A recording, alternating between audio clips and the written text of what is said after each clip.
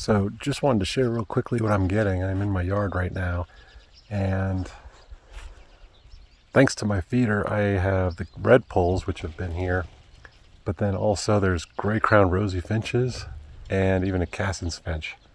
And just wanted to share some shots of what I'm getting of them because I'm kind of having a field day with the snow falling and them going crazy with the feeder today.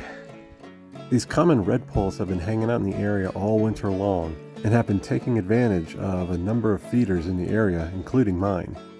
In the next few weeks, they'll head up north into the Arctic.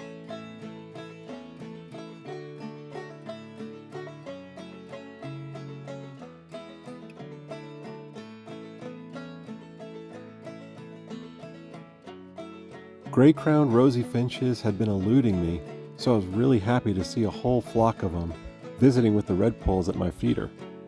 They spend their winters here and then head up into Alaska and Canada for the summers, so they'll also be leaving with the red poles very soon.